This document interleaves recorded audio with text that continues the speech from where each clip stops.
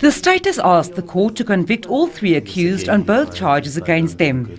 Advocate Zalda Swanepoel submits that when all the evidence is holistically considered, the only inference to be drawn by the court is that Jocelyn's mother, Kelly Smith, planned to sell her as early as August 2023.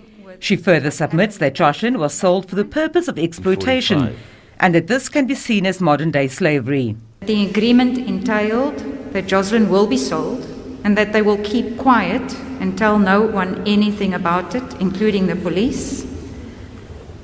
That there was a common purpose between them. There had been an agreement. And then fourthly, that all three the accused knew, or ought reasonably to have known, that Jocelyn was in fact being sold for the purpose of exploitation.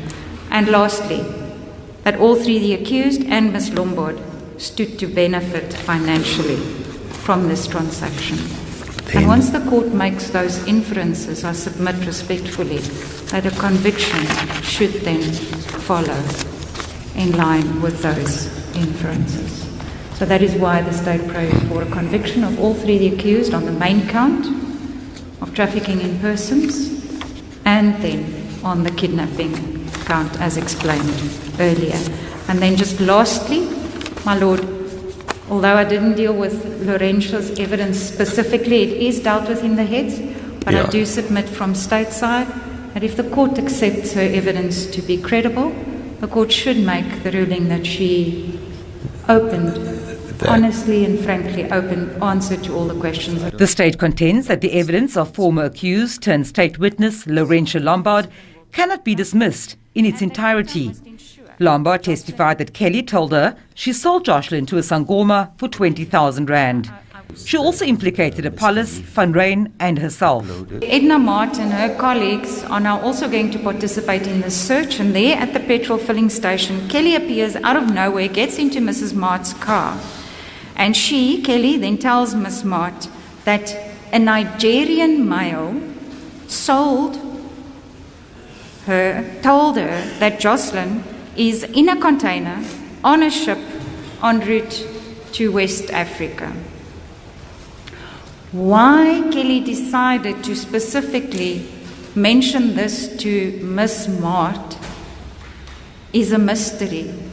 But that is what she tells her. But more importantly, she then in a very softer voice whispers, "Onthou net, Boeta is nie skuldig nie. Just remember that Boeta is not guilty."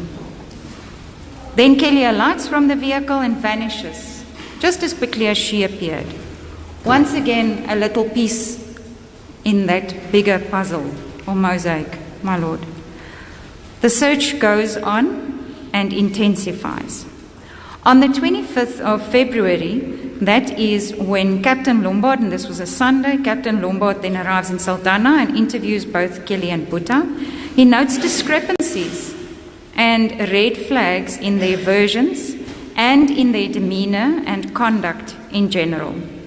Boeta confirms the visit of a stock theft detective at his residence and further confirms the argument between him and Kelly on the Sunday evening and that the children were present during that argument. According to Boeta, Requin and Jocelyn did not attend school because they both were sick. Boeta is evasive when he is questioned about Jocelyn and when he is questioned about his relationship with Jocelyn. Jacqueline Apollos' lawyer says Lombard's evidence in terms of a confession, 204 statement and testimony before the court contained material differences. He submits that the high watermark for Apollos' case is that the state provided the court with two different versions of events. The state had already been well aware of the contents of accused one's extracurricular statement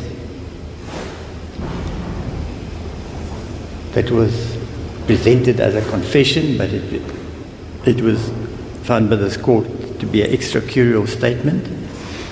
Exhibit KK, as well as the warning statement by accused one, Exhibit MM. 10 days. These statements were made, the Exhibit MM warning statement was made on the 6th of March 2024. The Exhibit KK extracurrial statement was made on the 5th of March 2024. 10 days before the 204 witness made her confession before Captain Celia.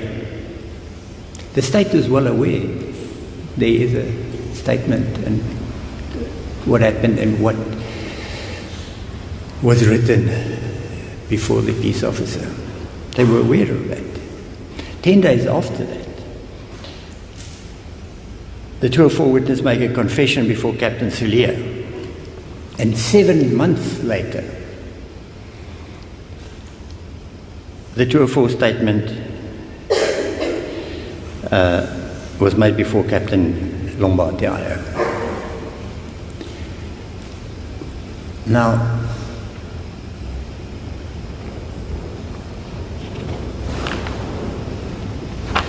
it is admitted that it can be inferred, after having obtained the confession, in brackets,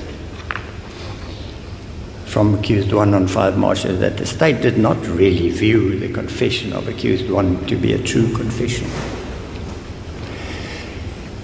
I say that, my lord, because if the state was satisfied that that wasn't a story that the police had told accused 1 and 2 to say, it was their own story that they really wanted to open up. In its heads of argument, the state submits that Lombard testified frankly and honestly and should be discharged from prosecution. The trial continues. Vanessa Puna, SABC News, Saldanha Bay.